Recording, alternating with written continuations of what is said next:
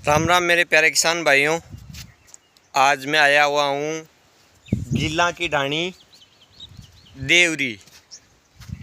और यहाँ पे जो आप स्मारक देख रहे हैं, ये स्मारक है स्वतंत्रता सेनानी मानाराम जी गीला, सुपुत्र श्री रेखाराम जी गीला, स्वतंत्रता सेनानी, आज़ाद हिंद फौज। गांव इनका देवरी है और इनका जो जन्म हुआ था वो हुआ था सन 1921 में। और जो स्वर्गवास है वो इनका हुआ था 15 मार्च 2008 में। तो आज़ाद हिंद फौज का और जो उनका किस्सा है, जो इनके सुपुत्र है मोहन राम जी गीला, ये मानाराम जी के सुपुत्र है। तो इन्होंने अभी जो किस्सा बताया वो मैं आपको, मानाराम जी का जो किस्सा है वो मैं आपको सुनाऊंगा। और ये जो आप प्रतिमा देख रहे हो ये है मानाराम जी गीला की। तो मानाराम जी जो गीला है वो हमारे मकराना, जो हमारा मूलतः क्षेत्र है, यहाँ के एकमात्र स्वतंत्रता सेनानी है जिनका जन्म हुआ था 1921 में। तो ये लगभग जब 16 साल की उम्र में थे, तो लगभग उन्होंने 1940 में रास बिहारी बोस, जो भारत के एक महान क्रांतिकारी है रास बिहारी बोस, आपने इतिहास के अंदर पढ़ा होगा, उनसे है इनका संपर्क हुआ था। रास बिहारी बोस का जो राजस्थान के जो ट्रम्स थे, तो उस हिसाब से उनका उनसे संपर्क हुआ। और ये उनके साथ है जो मानाराम जी गीला रास बिहारी बोस के साथ में टोक्यो जापान में, जहाँ पे इंडियन नेशनल आर्मी का गठन हुआ था 1942 में, यानी 1942 में वहाँ पे आज़ाद जो इंडियन नेशनल आर्मी थी टोक्यो, वहाँ पे गठन हुआ। तो ये अपने जो गांव में आप देख सकें, ये यही इनकी खेत है, यही ढाणी है। तो यहाँ से ये बचपन में लगभग 17-18 साल की जब इनकी उम्र हुई थी, तो इन्होंने शादी विवाह करने से पूर्व ही वहाँ पे टोक्यो चले गए थे जापान में।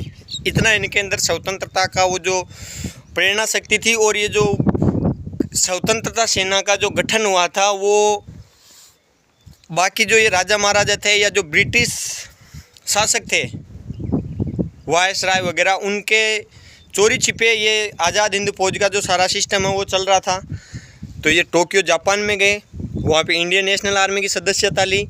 फिर वहाँ से जब सिंगापुर में जुलाई 1943 में नेताजी सुभाष चंद्र बोस के कमान जब आज़ाद हिंद फौज की आई, तब ये सुभाष चंद्र बोस के एडिशनल रहे हुए हैं, यानी कि उनके प्रमुख जो सुरक्षा कर्मी थे सुभाष चंद्र बोस के, उनमें से एक थे हमारे देवरी के मानाराम जी गीला।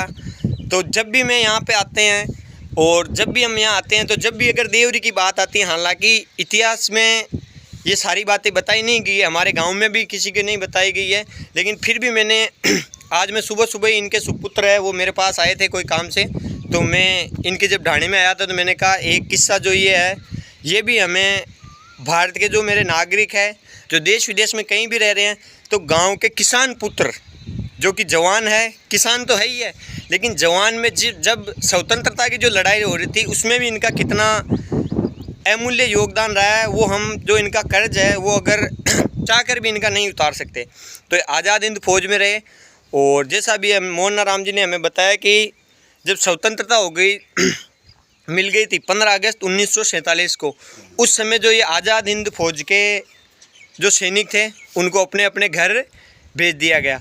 फिर उनके द्वारा उनको जो भारत सरकार के द्वारा है वो कम सुविधाएं मिलती थी, हालांकि उस समय तो इतने संसाधन थे ही नहीं, फिर भी कम सुविधाएं थी। तो लगभग 1980 के अंदर स्वतंत्रता सेनानियों का माननीय सर्वोच्च न्यायालय के अंदर मुकदमा हुआ और फिर इनको जो भारत सरकार के द्वारा है वो सारी मूलभूत सुविधाएं दी गई, पेंशन भी इनकी प्रारंभ की गई और इनको हवाई यात्रा, रेल यात्रा, सब प्रकार की जो यात्रा है वो उनको छूट दी गई, सुरक्षाकर्मी भी दी गए और समस्त प्रकार की जो सुविधाएं हैं वो भारत सरकार के द्वारा दी गई।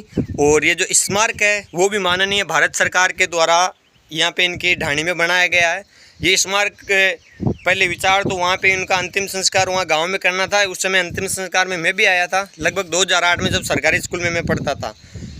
तो वो लेकिन यहाँ कहीं नहीं, वो तो जवान और किसान हमारे खून में है, तो स्मारक कहीं भी हो हम वहाँ पे आ सकते हैं। और मैं माननीय ग्राम पंचायत देवरी है या जो ग्राम के नागरिक हैं उनसे भी मैं निवेदन करूंगा कि जो देवरी की जो राजकीय उच्च माध्यमिक विद्यालय, आदर्श उच्च माध्यमिक विद्यालय है, उसका जो नामकरण है वो भी हमारे मकराना के एकमात्र स्वतंत्रता सेनानी मानाराम जी गिल्ला के नाम से किया जाए, ऐसा मैं आप सभी से अनुरोध करता हूं। और अगर आप भी मेरी बात से सहमत हैं तो आप कमेंट बॉक्स में बताएं। और जो माननीय मानाराम जी गिल्ला है, उन्होंने टोक्यो, सिंगापुर, बर्मा और जब नेताजी हिटलर से मिले थे जर्मनी में, उस समय भी वो साथ थे। लगभग ये ताऊ जी बता रहे हैं कि वो लगभग 1942 से लेके 1947 तक 5 साल घर आए ही नहीं थे। 5 साल वो घर आए नहीं थे। 5 साल वो जो नेताजी ने जितने देशों की यात्रा की वो तो उनको पता है या मानाराम जी को पता है। हमने तो इतिहास में पढ़ा कि यहाँ ये गए थे। उस समय ताऊ जी का भी जो जन्म है वो नहीं हुआ था। उन्होंने शादी है जो स्वतंत्रता संग्राम कंप्लीट होने के बाद में, जब 6 साल बाद गांव आए थे, उसके बाद ही शादी की है। तो ये किस्सा स्वतंत्रता सेनानी मानाराम जी गिल्ला का। एक बार पुनः मैं आपको मानाराम जी गिल्ला का आप स्मारक देख रहे हैं, तो ऐसा किस्सा है हमारे मकराना का।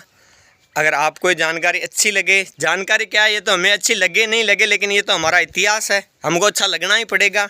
और हमें जो सर्व से अगर हमारे लिए कोई अगर सम्माननीय है तो वो है भारत का जवान और भारत का किसान। तो एक बार जय जवान जय किसान, मेरे सभी भाइयों को राम राम, जय हिंद। और मोहन राम जी नारा बता रहे हैं कि जो मानाराम जी जो नारा देते थे सुभाष चंद्र बोस के साथ में कि तुम मुझे खून दो मैं तुम्हें आज़ादी दूंगा। तो एक बार सभी को राम राम, जय हिंद, जय भारत, जय जवान, जय किसान, राम राम।